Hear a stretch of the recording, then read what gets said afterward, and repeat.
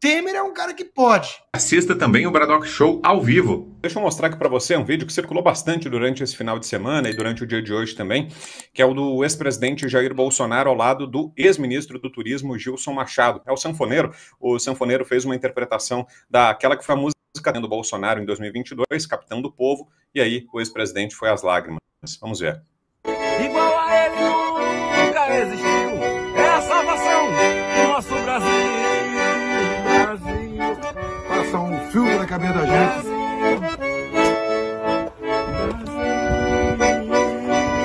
O que foram as eleições, o milagre da vida, montar um ministério, contar com amigos e deixar um legado que é reconhecido em qualquer lugar do nosso Brasil, do mundo.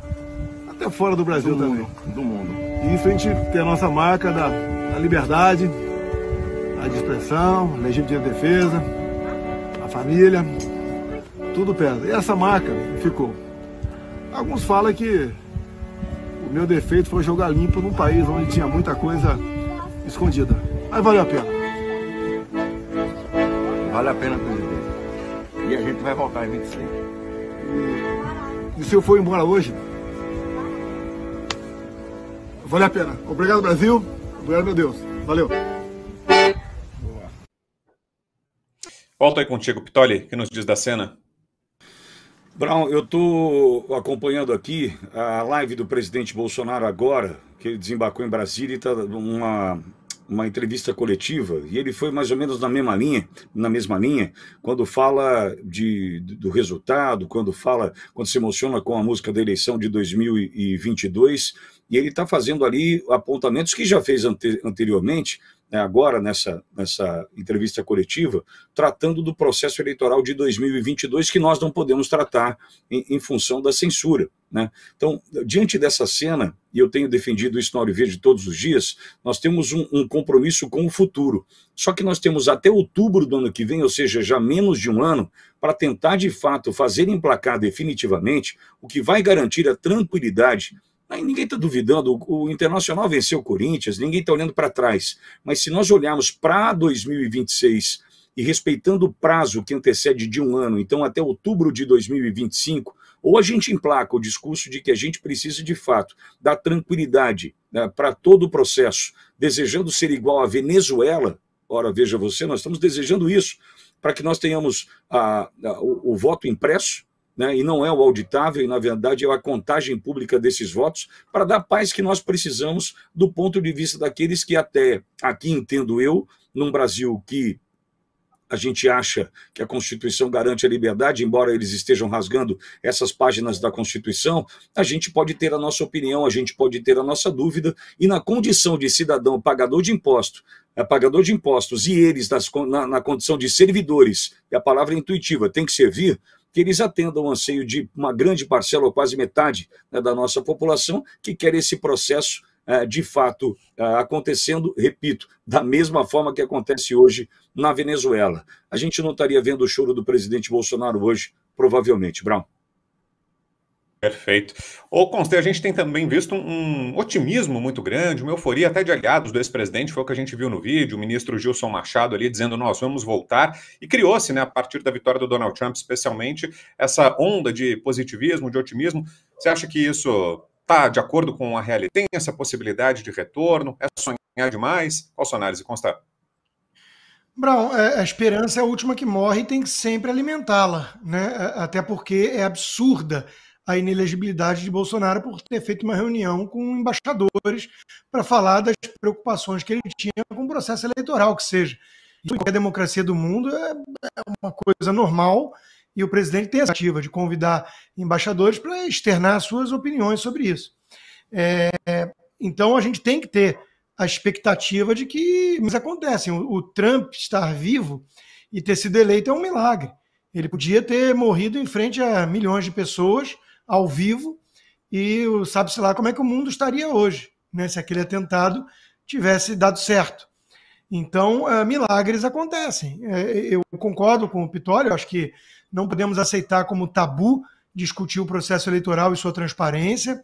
O Bolsonaro, nesse vídeo que nós mostramos aqui, está emocionado, claro, a gente entende os motivos, mas está num tom quase de despedida, né, de legado, de falar do que foi, e acho que está muito cedo para parar de falar do que vai vir. Eu acho que ele é o principal cabo eleitoral no Brasil hoje, isso até ficou meio claro nas eleições municipais, né? Ele é o grande líder da direita, em conteste, e ele tem o direito de lutar para ser o nome que está lá desafiando o sistema, a esquerda. A preocupação que todo mundo... É isso, né? O sistema vai deixar, vai permitir? Tá, mas então se não for Bolsonaro, vai ser o quê? Alguém só que o STF dá o carimbo de direita permitida para voltar o retrocesso da época da estratégia das tesouras? Uma direita caçabista, pragmática, centro. Isso nós não aceitamos. Metade aí do povo brasileiro despertou e quer participar com a direita. Bolsonaro, é esse estilo, não é? É um estilo de confronto com o sistema, não é um estilo de recivilização barrosa, né? Nós queremos alguém que fala firme contra o sistema e esses abusos todos que a gente vê.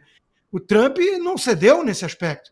Então, se não for o Bolsonaro, se não permitirem o nome do Jair Bolsonaro com essa palhaçada de inelegibilidade, que bote então algum outro Bolsonaro. Bota lá o Eduardo Bolsonaro, o filho. Vamos com esse papinho de vai ter Cano, que finge que é direita, para a gente fingir que tem democracia no Brasil. Alguém que não tenha coragem de denunciar esses absurdos todos. Não, isso a gente não aceita. O povo brasileiro, a parcela significativa que é de direita, ela quer participar. Ou então faz que nem a Venezuela, né? Já que tem o processo melhor, tanto é que deu dor de cabeça para o Maduro, mas lá a ditadura está tão consolidada que o Maduro deu uma banana para o mundo todo, com as consequências que isso acarreta. Tudo bem, então que o sistema faça isso. Agora, não vá brincar de democracia e dizer que não pode disputar ninguém de direita. Isso a gente não aceita. Perfeito. Mudando de assunto, vamos falar sobre a acusação da suposta tentativa de golpe de Estado. E olha só o que aconteceu nesse final de semana. O Fantástico da TV Globo fez uma longa reportagem a respeito desse assunto, do indiciamento do ex-presidente Jair Bolsonaro.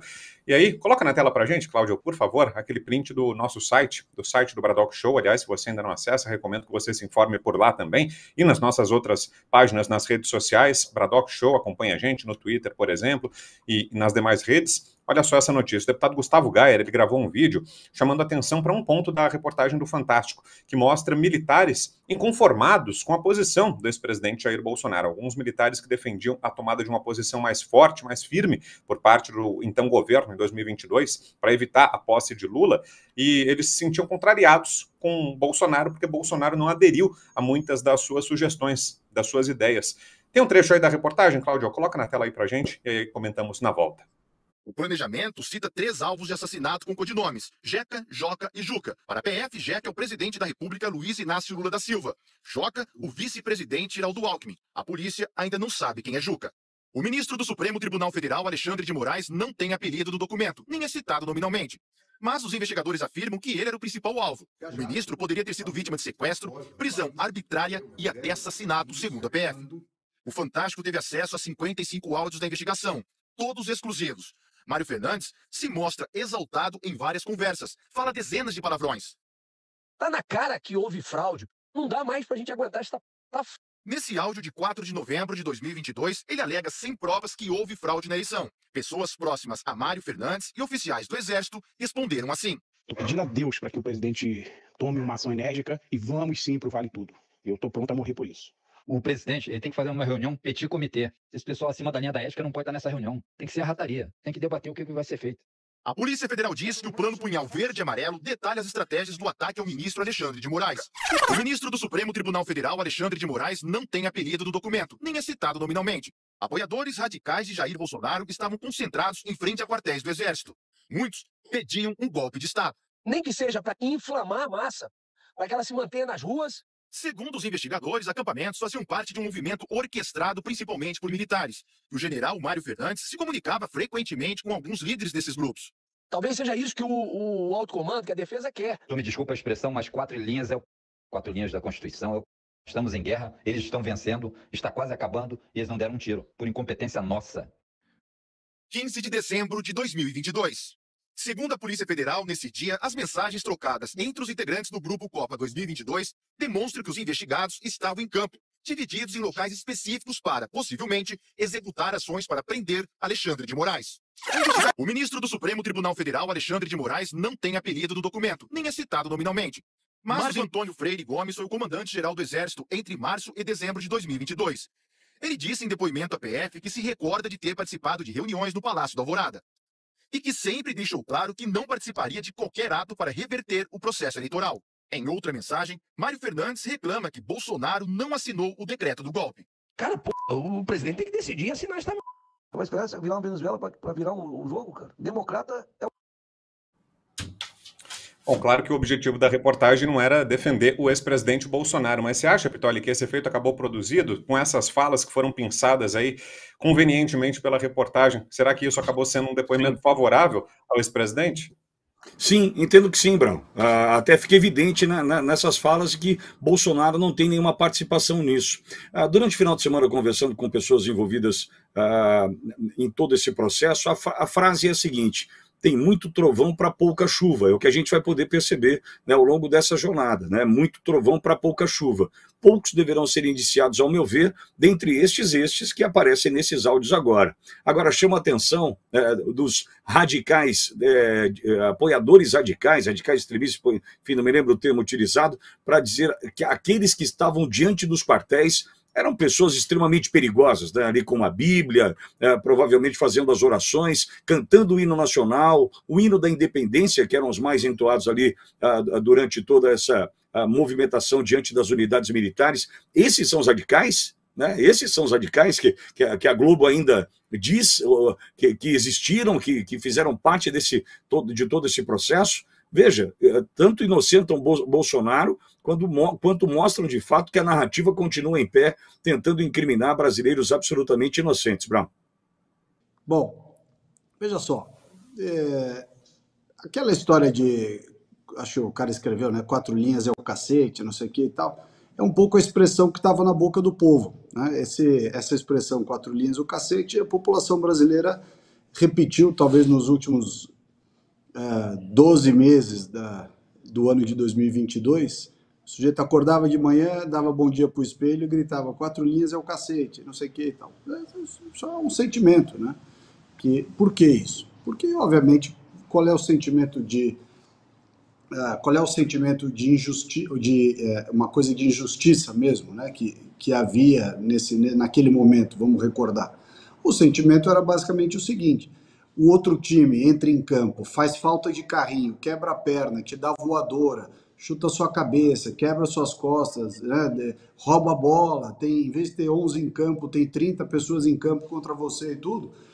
Então as pessoas tinham um pouco esse sentimento de que jogar nas 4 linhas era simplesmente fazer o jogo do inimigo. E o presidente Bolsonaro, por outro lado, sabendo que ele ia ser certamente cobrado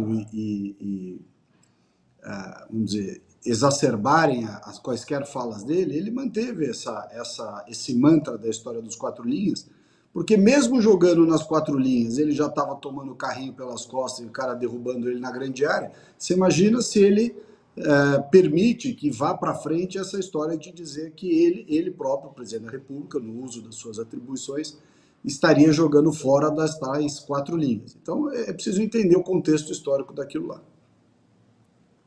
Diga, Constar.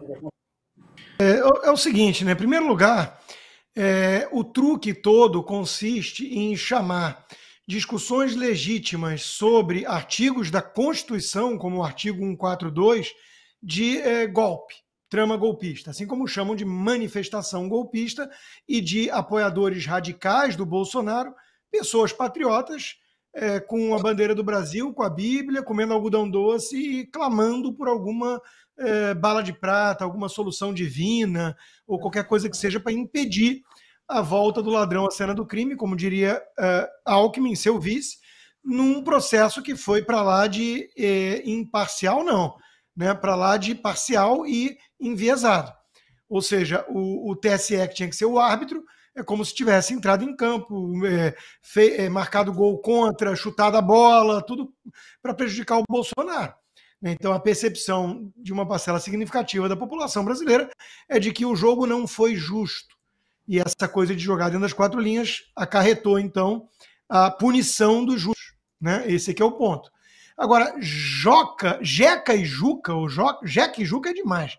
Isso tem que virar dupla sertaneja. É demais. Então, eles pelo menos estão de parabéns por esse apelido, né? Quanto ao Fantástico, o próprio Gustavo Gayer, nesse vídeo, ele lembra que o Fantástico praticamente não mencionou a vitória acachapante, emblemática do Donald Trump na volta para a Casa Branca agora nessas eleições. É uma notinha de rodapé de 1 segundo. As enchentes no Sul, eles preferiram falar do show da Madonna naquele domingo. E eles dedicaram 17 minutos a essa trama golpista. Por quê? Porque a Globo não está mais no negócio de jornalismo.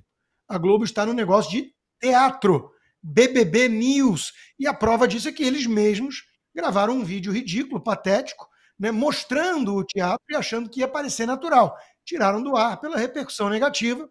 O Paulo Souza, do canal Hipócritas, fez um vídeo maravilhoso, ridicularizando isso, mostrando lá o filho da Miriam Leitão, falando: pelo amor de Deus, deixa a gente fazer um vídeo com pompons, com torcida.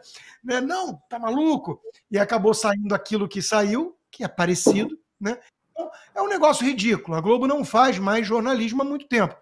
E a reação está aí do público. Fantástico amarga a audiência pior em meio século. Né? É uma boa ideia. 51 anos, né, no ar, perde liderança de audiência. Por quê? Porque o povo não é trouxa. Porque o povo está vendo isso que a Globo está fazendo no seu principal programa de domingo. Por isso que cada vez mais gente prefere assistir o 4x4 no domingo, né, que tivemos a Bia Kicis, por exemplo, falando do golpe na bancada, em vez de assistir 17 minutos de teatro patético e que, sem querer, querendo, o Fantástico ainda mostra que o Bolsonaro não tinha nada a ver com o plano mirabolante do Pink para dominar o mundo e pegar o Jeca e o Juca e o Joca no caminho. Então, pelo amor de Deus, Fantástico, dê um pouquinho mais de crédito ao seu público, que não é feito de Homer Simpson. Chamou, Pitoli? Chamei. Brão, um oficial nesses áudios que foram veiculados pela Globo no Fantástico menciona o seguinte: não é possível, isso foi fraude. Ele menciona a questão do resultado questionado de 2022, que a gente não pode questionar por conta da censura. Olha, eu quero dar uma dica aí para a Globo: faça uma campanha então para a gente acabar com isso, pelo voto impresso e a contagem pública. A gente acaba com esse problema. A gente acaba de uma vez por todas. Eu acho que está tão fácil. Né? Veja, vai ajudar todo mundo, porque em algum momento o Lupe já defendeu, em algum momento o Flávio Dino já defendeu, em algum momento todos esses que aí estão hoje, né, no poder já defenderam o que nós precisamos hoje para dar lisura ao processo, ou para dar transparência, ou melhor, né, para que nada haja entre nós e o voto, a materialização do voto, e acaba com essa história. A gente está querendo aqui, por exemplo, ouvir desses oficiais, né, essa revolta não existiria se a gente tivesse algo que comprovasse aquilo que a gente fez ali. Acho que a gente encurtaria o caminho, viu, Brão? E tem outro detalhe, saiu uma informação hoje à tarde, que a Globo, sem a Copa do Mundo, sem Olimpíada, sem não sei o quê, para 2025, deve apostar as suas fichas neste processo e no julgamento deste golpe armado ali no final de 2022, para as transmissões dessas audiências do julgamento que pode levar o Bolsonaro à prisão. É inacreditável. Que fazem. Bom, a gente já volta aqui com um ponto. 174 milhões de motivos para essa postura. Vamos em frente. Deixa eu trazer a nossa próxima notícia, que ainda é desdobramento da história do indiciamento do ex-presidente Jair Bolsonaro. Foi Gilberto Kassab, presidente do PSD. Kassab afirmou o seguinte, que aguardará os desdobramentos dos processos contra Jair Bolsonaro antes de se pronunciar. Abro aspas. Como dirigente nacional de importante partido, eu me reservo o direito de aguardar a quebra de sigilo desses processos. Mas eu estou entre aqueles que sempre pensam positivo. Que possamos o mais rápido possível entender que essa página está virada no país, que a gente possa identificar que no Brasil não teve nada que possa contaminar a nossa história, a nossa democracia. Eu estou entre aqueles que acreditam muito na democracia, acreditam muito nos poderes e cabe a mim, como dirigente partidário, aguardar esse encaminhamento para depois me manifestar. Fecho aspas, foi a fala de Gilberto Kassab. Vou começar contigo aqui, Salles. Como interpreta essa declaração? Isso em bom português é tirar o cu da reta, né? Quer dizer, o cara não quer se comprometer com nada. Ele deu uma resposta para dizer, ó, eu não tenho nada a ver com isso, não vou me manifestar enquanto não souber nada, sou a favor da democracia, ou seja, quem é que vinha a público para dizer que não é a favor da democracia? E acho que as coisas têm que ser feitas no ambiente democrático, ou seja, não falou nada, não falou absolutamente nada. O que é, de certa forma, é esperado, né? O governo dele é base do governo do Lula. Ele tem 3 ministérios no governo do Lula, em que pese ele seja o secretário mais forte também no governo do Tarcísio. Mas ele nunca foi próximo ao presidente Bolsonaro, ao contrário, eles têm grandes diferenças e tudo, então não dá para esperar do Kassab nada muito diferente disso em relação ao Bolsonaro. Mas, de qualquer forma, né, Consta, imagino que seja bem revelador, sintomático, esse silêncio, essa desviada do Kassab, né? Eu acho que o mais revelador aí é ele falar que confia muito na democracia brasileira e que isso é uma página virada. Ou seja, ele é um grande defensor, aquele que chancela o sistema, o abuso de poder que fez o Bolsonaro ser perseguido desde o começo. Ele é do dono do PSD, o presidente, né? Acho que está meio fora de moda falar que são caciques, donos de partido no Brasil, mas é o que ele é, né? E o PSD é o partido do Rodrigo Pacheco, do senador que senta em cima dos pedidos de que poderiam fazer mecanismos de freios e contrapesos previsto na Constituição funcionar para conter os arroubos autoritários de ministros do Supremo. Então, o Kassab é isso aí, é o que o Salles falou, não diz nada, vaselina em cima do muro, mas nas entrelinhas o que ele está dizendo é: eu sou um grande defensor do sistema que vem pela direita, que é prejudicando o bolsonarismo. Tanto é que ele está lá colado no Tarcísio, tentando levar o Tarcísio para o lado ruim da força, né? O Tarcísio fica ele mesmo meio em cima do muro, às vezes, leal a Bolsonaro, mas com uma cabeça mais sistema, mais militar positivista. E o Kassab é aquela voz, né, o diabinho, aquela voz que fica: vem, Tarcísio, venha para o lado da força do mal, né? E eu não sei se há uma expectativa do Bolsonaro não de impedir essa trajetória, né, do Tarcísio, mas a verdade é que a direita kassabista, que eu venho chamando assim, é isso. É uma turma que acha que dá para compor com uma figura como o Kassab, sem se dar conta que nos bastidores o Kassab faz tudo para ferrar Bolsonaro, e o próprio Bolsonaro já externou isso algumas vezes também, né? Quando desabafou sobre a figura do Kassab. E que, no fundo, é um grande despachante do sistema. Se nós dependermos do Kassab para salvar o Brasil, é melhor logo fechar a porta e dar a chave para o PT. Pronto, acabou. Sua análise, Alexandre Pittoli, sobre essa fala de Gilberto Kassab. Pittoli. Bom, primeiro, Brown, eu acho que é importante só fazer um resgate de uma jornada minha na Auriverde, ouvindo por 5 vezes um hacker chamado Patrick Brito. E esse hacker, na última participação que ele teve comigo ali no Jornal da Auriverde, ele revela que quem o contratou para hackear o então pré-candidato à presidência da República, então deputado, Jair Messias Bolsonaro, seus 3 filhos, Flávio, Eduardo e Carlos, e um tal de Adélio Bispo, em maio de 2018, segundo a versão do hacker Patrick Brito, quem o contrata foi Gilberto Kassab. Isso está documentado. Eu chequei os documentos junto, inclusive, ao presidente Bolsonaro, para saber se de fato ele havia sido hackeado pelo hacker Patrick Brito. E o presidente afirma que sim. Em maio de 2018, este hacker já tinha acesso a contas de Adélio Bispo, um cidadão comum, né, um pobre coitado ali da cidade de Uberaba, no Triângulo Mineiro. Depois dessa declaração, primeiro eu fui taxado de criador de fake news pelo próprio Guilherme Derrite. De manhã, Derrite meteu na minha fala um fake news no seu Twitter, e à tarde, além de retirar a publicação, pediu para entrar ao vivo na transmissão da Auriverde, entrou e disse que então passaria a investigar e ouviria o hacker Patrick Brito. Porque o que eu disse é o seguinte: se a Polícia Federal não fez o que deveria ter feito, que pelo menos a Polícia Civil de São Paulo fizesse até onde poderia ir, né, e dali entregasse para a Polícia Federal, que a gente já sabe, a polícia do Lewandowski, a polícia do Lula, a polícia que triangula com o PGR, que triangula com o Supremo Tribunal Federal. Agora, eu preciso lembrar que é esse Gilberto Kassab que, segundo o hacker Patrick Brito, o contratou para hackear Adélio Bispo 4 meses antes do ataque de Juiz de Fora.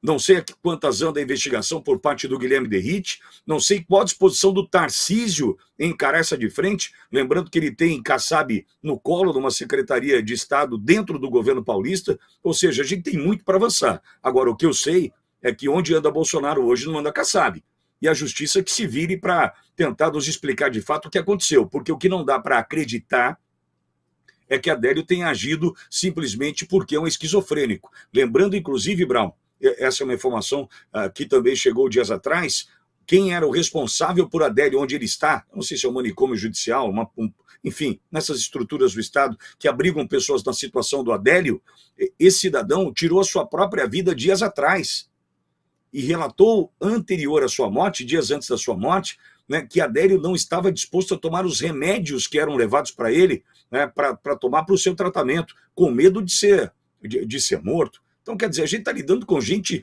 da pior qualidade, eu não tenho nenhum problema em dizer isso, já até imagino que a perseguição que estou sofrendo por parte do UOL já tenha uma motivação em função dessa apuração que a Auriverde fez, eu não vou fugir dessa confusão agora. Então, vale lembrar que esse cidadão que está aí vasilinando é o mesmo segundo hacker Patrick Brito que o contratou para hackear Bolsonaro e Adélio Bispo 4 meses antes do ataque. Vamos esperar agora a apuração do Guilherme Derrite. Muito bom. E olha só, um outro personagem importante do sistema, do Centrão, que falou nas últimas horas sobre janeiro, sobre a perseguição a Bolsonaro, foi o ex-presidente Michel Temer. Michel Temer participou de um evento da CNC, que é a Confederação Nacional do Comércio, Serviços e Turismo, e falou sobre isso, e aí ele comparou os atos de 8 de janeiro com as manifestações que o governo dele, Temer, sofreu contra a reforma da Previdência organizada por centrais sindicais. Abro aspas aqui para o Temer. Invadiram prédios agora em 8 de janeiro, mas vocês se lembram que no meu governo, quando nós cuidávamos da reforma da Previdência, as centrais sindicais mandaram 1.600 ônibus lá, que incendiaram ministérios, tentaram invadir o Congresso, viraram carros, queimaram carros, fecho aspas. De acordo com o ex-presidente, após algumas horas de manifestação, o ministro seu sugeriu chamar as Forças Armadas para GLO. Como interpreta, Salles, essas falas do ex-presidente Michel Temer? Eu acho que o Temer disse uma coisa óbvia, né? Se invadir prédio é golpe, né? Essa turma aí da esquerda já fez golpe várias vezes. Outra coisa, mas pegaram conversas dentro do governo. Bom, se você pegar uma conversa do Zé Dirceu com o Lula, ou da turma toda da esquerda, do MST junto com o João Pedro Stedley, você vai descobrir que os planos são muito mais perversos e macabros do que essa narrativa toda que está saindo. Então, é preciso colocar as coisas em perspectiva para dizer o seguinte, olha, se discutiu-se alguma coisa, inclusive discutiu-se aquela história da aplicação do artigo 142, ou qualquer discussão que não passa de discussão, ou de mera hipótese, ou de uma conjectura, é isso, é uma conjectura, é uma discussão. Golpe teria sido se efetivamente tivessem entrado no Supremo, prendido os ministros do Supremo, e por alguma razão, intervenção da polícia, coisa que o valha, tivessem que ter soltado. Quer dizer, aquele pessoal invade um prédio público num domingo, um monte de tiazinha com bandeira nas costas, não tinha uma arma, não teve, aliás teve a bola de gude e o estilingue. Então, quer dizer, isso não é golpe, evidentemente que não é golpe. É depredação de prédio público, é invasão de prédio público, tem outras figuras jurídicas e criminais para você imputar isso. Mas golpe não é. Porque se fosse golpe invadir, como disse o Temer, no governo dele e outros momentos da história brasileira, a esquerda invadiu, depredou, quebrou a Fiesp, invadiu a Câmara dos Deputados, enfim, fez uma série de intervenções aí que pode ser muito mais grave do que da turma do 8 de janeiro. Agora, Consta, dá para ver nessa fala do Temer algum tipo de abertura ou flexibilização, disposição para aceitar, por exemplo, a anistia? Porque é um personagem importante aí do Centrão. Será que o Temer está deixando um sinal de que esse grupo está disposto a, de repente, passar a anistia, passar uma borracha em tudo que aconteceu e aceitar Bolsonaro ou não? Não dá para ser tão otimista assim? O Bolsonaro tem alguma proximidade com o Temer, inclusive pediu a ele, né, intermediação em questões no exterior e tudo, e aquela história da carta para o próprio Alexandre de Moraes, porque foi o grande erro do Temer, né, até hoje uma coisa meio mal explicada, por que foi indicado ali o Alexandre de Moraes, né, como ministro, e que a esquerda tentou boicotar, acusou na época de plágio, Randolfo Rodrigues, e tudo tentaram na sabatina vetar Alexandre de Moraes um tucano, né? É bom sempre lembrar disso. O Temer é o nosso presidente. É o nosso presidente, né? Foi um presidente bom. E eu acho que ele mesmo, com aquela ponte para o futuro, a reforma da Previdência que ele mencionou aí, ele mesmo foi alvo de, eu não vou dizer talvez um golpe, mas uma tentativa de boicote muito pesado. Aquela coisa que a Globo fez, a conversa com Wesley Batista, tem que continuar isso aí, que vazou, tudo aquilo foi muito estranho. A figura do Rodrigo Janot, né, que era na época o PGR, temos que lembrar que ele confessou depois no livro por escrito que ele foi armado para o STF com o intuito de matar Gilmar Mendes. E se a gente for parar a pensar no Brasil, os verdadeiros golpes ou suspeitas de coisas esquisitas são essas coisas, não 2 kids pretos aí falando de 4 linhas é o cacete, né? Vamos falar sério. Vamos falar sério, né? As coisas no Brasil, o Brasil não é para amador. O Brasil não é um país sério e não é para amadores. Então, é isso, né? O Temer escreveu a coisa de 2 meses atrás, não lembro direito, uns 2 meses, ele escreveu um artigo que foi publicado na Folha, no Estadão e no Globo, no mesmo dia. E nesse texto dele, ele chama atenção para os abusos do Supremo. Eu acho, sim, que a chance de pacificar um Brasil da vida passa muito mais por uma figura como Michel Temer do que por muitos aí que o pessoal às vezes deposita fichas. O Columbre, sei lá quem. O Temer é um cara que pode ser um aliado nessa pacificação. Ele, para começo de conversa, dos presidentes aí, ele é o que tem para quem liga para a visão estética de mundo, né? Para quem não gosta do Bolsonaro porque ele é muito tosco, pouco refinado, o Temer é um lorde britânico. É um gentleman, né? Um cara que tem a postura presidenciável, digamos assim. Então, vamos tentar trazer o Temer para esse jogo, sim. O Temer ele pode ser um aliado importante na tentativa de pacificar o país, e acho que o que ele está falando é o óbvio, né? Golpe é outra coisa. Golpe não é aquilo que a gente viu no 8 de janeiro. E você, Pitoli, vê essa possibilidade da pacificação no horizonte e como é que encaixa nesse contexto as falas do Temer? Acho que isso é importante, Brown, e vejo que é o criador tentando, né, entender a quantas anda a sua criatura, né, a sua indomável criatura. Eu tenho essa sensação. Ao mesmo tempo, alguns recados importantes, especial para a Lira, entendo eu, por mais que seja difícil que esse recado chegar até o Lira, que já diz que vê dificuldades para avançar com o PL da anistia, diante do esquema do golpe, tudo o que aconteceu ao longo da última semana, do indiciamento, tudo isso pode prejudicar o PL da anistia. Vejo que tem alguns recados aí do Michel Temer nesse sentido. Veja, é uma pessoa que aparentemente está pronta para apaziguar e sabendo da responsabilidade que tem ao ter indicado né, Alexandre de Moraes, que hoje rasga a Constituição, né, é a vítima, é o acusador, é o julgador, é tudo que Temer sabe que não condiz com o que a Constituição determina. Então, eu vejo, sim, um recado, ele está tentando dar um recado para a criatura e talvez um recado para o Lira. E vejo um bom caminho. Se a gente precisa de paz, que a paz venha através do Michel Temer, seja lá de quem for. O que a gente quer é ver a pele da anistia avançar, o que a gente quer é ver, de fato, o Brasil voltando à sua normalidade. Mas veja, Brown, a normalidade de fato, e não aquela que a gente vivia em tempos de Aécio e Dilma, que a gente achava que tinha uma liberdade, mas não tinha liberdade nenhuma. Os caras colocavam a gente dentro de um cercadinho, a gente brincava ali achando que estava tudo certo. A gente, quando precisou experimentar a liberdade de fato, percebeu que não tinha. Então, que a gente experimente a liberdade que a gente nunca teve até aqui. Para nos assistir hoje, ao vivo, às 20 horas, clique na playlist. Show.